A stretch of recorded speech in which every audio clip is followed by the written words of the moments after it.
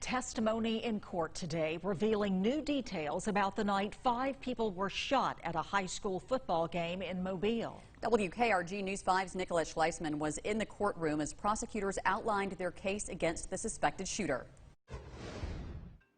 For the first time since his arrest, Hezekiah Belfon appeared in a Mobile County courtroom, learning the facts in the case against him. Belfon is accused of shooting 5 people at the Williamson-Viger football game last October. 2 other people were charged in the shooting, Jai Scott and a teenager who's not been identified. The defendants were engaged in unlawful activity by possessing a handgun, not being allowed to have possessed a handgun within that facility.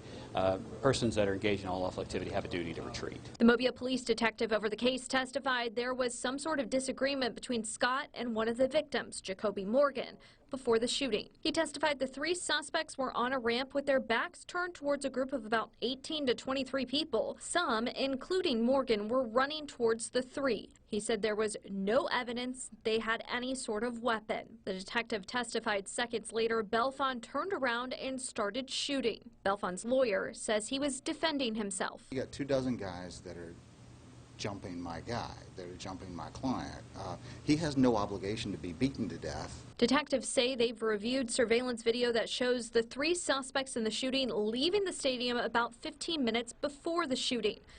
Detectives say that's when Belfon and the teen armed themselves. The state argues it was illegal to have a gun at the stadium, so any use of force is not justified. Instead of making any effort to retreat, the defendant fired a gun multiple times, striking 5 individuals, and then fled the state. Belfon's lawyer argues his client, Scott, and the teen were being threatened throughout the football game, and they tried to get away from the other group. He left the stadium trying to avoid the confrontation. He wasn't going to arm up. He was going to get away from them.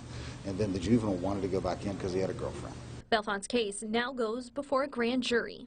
In Mobile, Nicolette Schleisman, WKRG News 5.